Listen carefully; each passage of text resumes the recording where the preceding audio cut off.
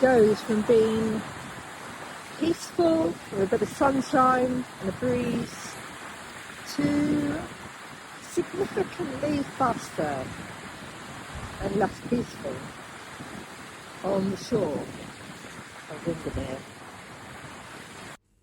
Foragers' feedback.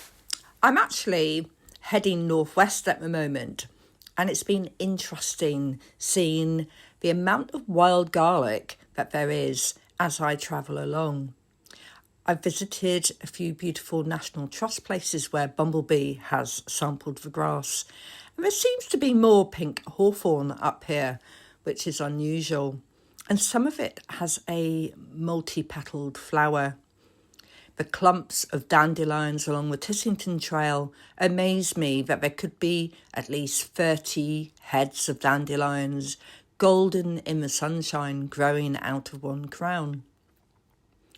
The other thing that I noticed, especially as I arrived in the Lake District, there were fields of wild garlic happily growing like nobody had come along with weed killer in this area, which is amazing when you think how organic farmers are trying to encourage us not to have glyphosate in our food because it's used quite readily in the UK, along with other weed killers, that maybe we need to reconsider this because it does end up in our body, even if you don't care about what it does to the plants or what it does to the insect life that we need to have to survive on.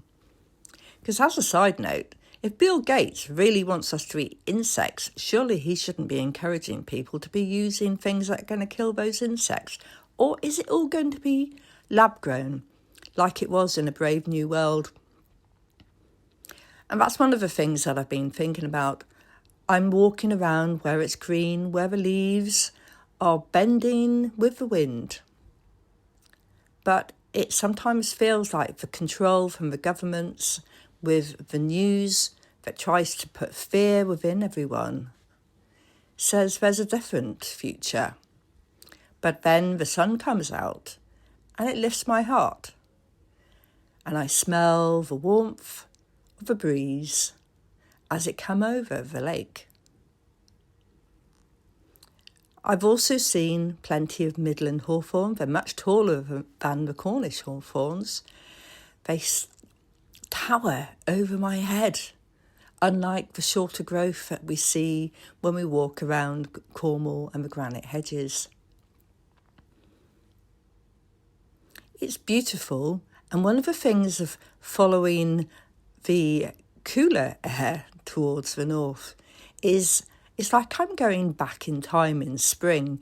So I'm seeing the plants and flowers that were readily available in the Midlands and in Cornwall earlier in the year.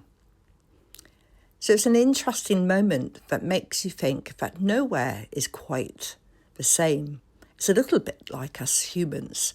We're all unique, and we all have that capacity to find joy in our lives. And I hope that you find some joy in your day today. If you have any questions or comments about where I'm travelling or would like to know what I've been doing, please let me know. I'm off to visit Beatrix Potter's Hilltop Farm today and hope to see what she's got available in her garden growing in May.